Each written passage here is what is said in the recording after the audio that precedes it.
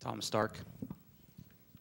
I certainly support such resolutions on the part of the states, and I hope that once they pass these resolutions, as West Virginia is trying to do right now, that they back them up with action. There are several that come to mind. Virtually all of the education programs that are forced on the states are unconstitutional, and education belongs at the state or local level, if not the state level, certainly the local level.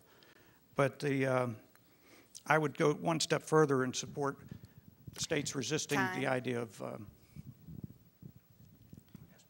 Mac Warner.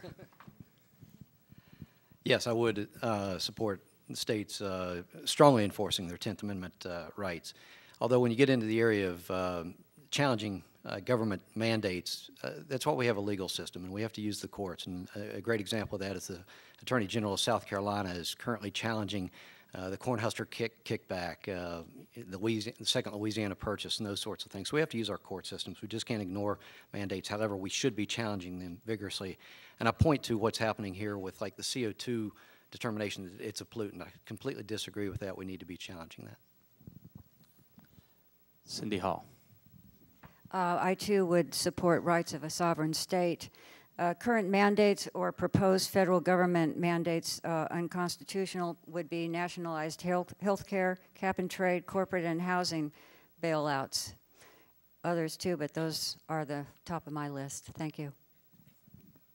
Patricia Levinson. I do believe in the states' rights strongly, and I think that's why we're in a lot of trouble, is because the government has usurped the power of the states and taken upon them, assumed that responsibility for themselves without permission of those who are being governed. So we need to reassert the 10th Amendment, but we do need to use the courts. That's why the court system is set up, is for the ability to protect our rights, and that's what we need to do. There are several issues that I have a problem with in the state and the country at this time. One is the health care bill. David McKinley. This Obamacare is certainly a good example of the unconstitutional mandate. When you look at the fact that they're requiring individuals within states to break the law if they don't carry insurance, possible incarceration, that can't be correct. That can't stand up. There's assistance for needy families that the federal government has said that we'll give you money, but we're going to tell you who qualifies and how much money they get. Drinking age in this country is set by individual states, but the federal government decided who's going to get the federal money if they don't subscribe to that. No Child Left Behind is another unfunded mandate. Okay, this next question starts with Tom Stark. Do you support congressional term limits, and do you pledge to vote for a constitutional amendment to enact them? If I were given a choice, I would prefer a federal equivalent to the recall, where the citizens can request a special election through petition drive to remove someone from office long before their term ends. However, given the choice of nothing or term limits, and only those two choices, I would 100% support the term limits. I have made the commitment that I do not want to spend more than 6 years maximum in this office if I were lucky enough to win it. But that is where I stand on that. I would support it in the absence of anything better. Mac Warner. Yes, if ever there were a case for term limits, Alan Mullihan, Jay Rockefeller, Robert C. Byrd, Nick Joe Rahal, folks, if the system were working, we wouldn't be last place in everything, every major category, especially economic indicators. It's time, if something isn't working, you don't keep doing it. That's the definition of insanity, expecting a different result. This isn't working. Let's put in term limits. Let's get on with it and change the system so this state has a chance to move ahead. Cindy Hall.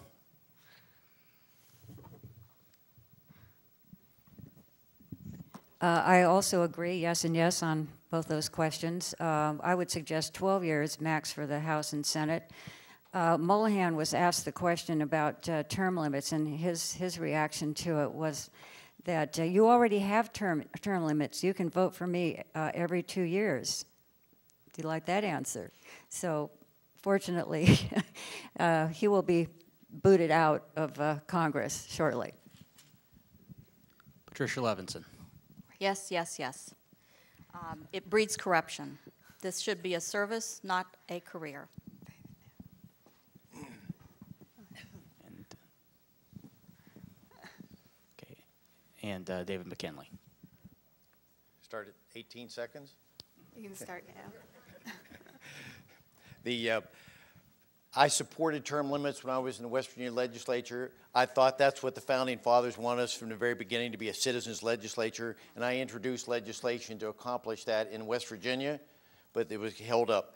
The same applies in Congress. I think we should do the same thing and keep that mission to try to make people accountable and have term limits. So that will require, unfortunately, a constitutional amendment, but I think the people of this country are ready for that, and they would support that.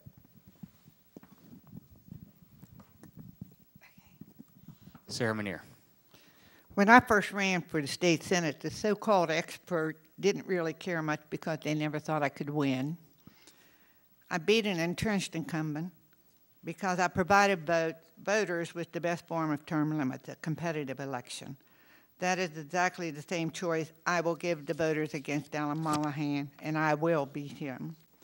With that being said, 28 years is too long for anyone to be in the same office. In 2006, I didn't seek re-election because 12 years was enough. I'm going to Washington to make a difference, and as part of that, I will vote for term limits. Okay. This next question for the panel starts with Mac Warner. What would you do to reform the tax system in this country?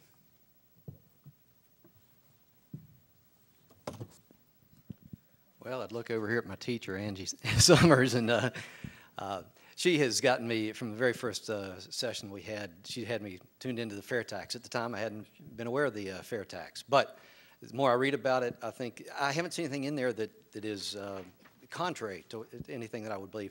And it's based on a consumption-based tax. When you do the 16th Amendment allows us to tax income, and that's the wrong thing. It punishes the very thing we want, and that's people creating jobs and saving and investing. So I'm heading towards that fair tax solution. Time.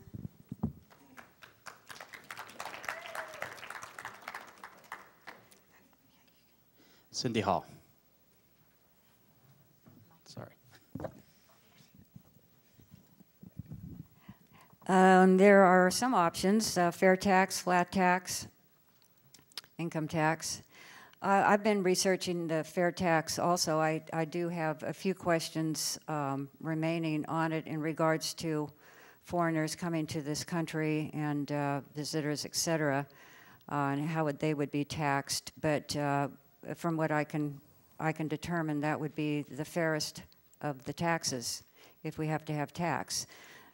The ultimate goal is to reduce government so that all that money can come back to the states. Patricia Levinson. I would sign on as a supporter of the fair tax under Linder in Georgia. That is a fair tax. I've been studying it for several years now. There's nothing in it that I find objectionable. I think it's the most fair way of doing business in this country.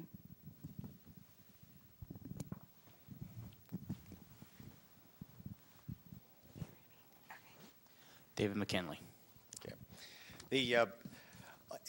The Congressional Budget Office has yet to review all the taxes that have been proposed in the debate, from the value-added tax, the flat tax, to the fair tax. I think they ought to be called upon to make a report. Find the best of all of them, and let's put something into effect. Our tax system in this country is broken. We all know that. And what we want is to find a plan that works best. So once they report that back out, we in Congress should act on it immediately. Thank you very much.